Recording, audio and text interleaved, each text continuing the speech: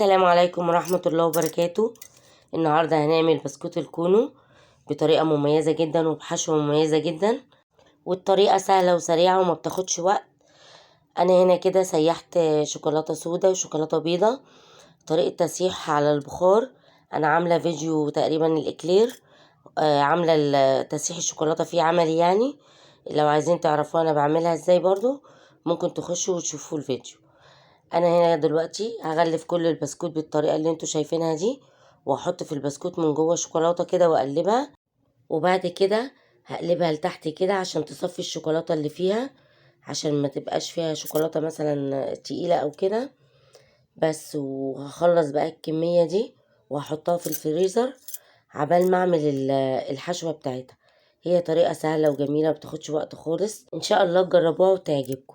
لو عجبكم الفيديو لايك وشير كتير واشتراك في قناتي مطبخ شامة، وتفعيل زر الجرس عشان يوصلكم كل جديد مني، وما تنسونيش بتعليقاتكم الجميلة اللي دايما بتفرحني. انا كده خلصت كمية البسكوت اللي هعمله بالشوكولاتة السوداء، ودلوقتي بعمل بالشوكولاتة البيضاء بنفس الطريقة، يعني بغلفها كلها كده من بره، وبحط الشوكولاتة البيضاء برضو كده من جوه بنفس الطريقة، وبسيبها تتصفى كده اثناء ما انا بغلف البسكوتة من بره.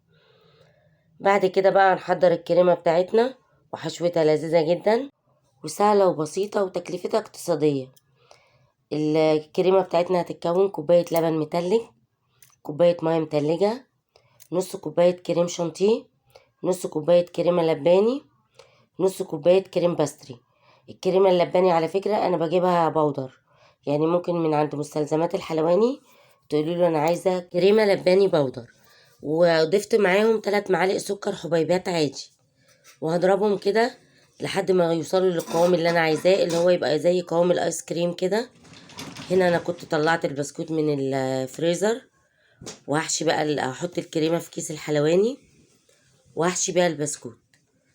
معايا بقى هنا للتزيين بسكوت اوريو مطحون، وجوز هند وزبيب وزداني، ده للبسكوت الابيض علشان يبقى اللون كده بني ويديله شكل حلو. للبسكوت بقى البني هزود جوز الهند شوية عشان اللون يبقى فاتح في التزيين، وبعد كده بغطيها زي ما انتوا شايفين كده ببسكوتية اوريو. البسكوت الاوريو ده انا بشتريه من عند مستلزمات الحلواني، بجيبه بالكيلو، بيبقى سايب هو وبيبقى فاضي كده مش محشي اي حاجة، ارخص واوفر وطعمه هايل والله، طعمه جميل جدا، هيعجبكم جدا لو جربتوه. هنا بقى كده بصوا لما زودت جوز الهند بقى شكلها حلو قوي مع الشوكولاتة البني. ممكن بقى تعملي كونه بالشكل دوت في عيد ميلاد، عندك ضيوف هتشرفك قدام ضيوفك ان شاء الله، وهتبهرهم وهتعجبهم جدا. والسلام عليكم ورحمة الله وبركاته.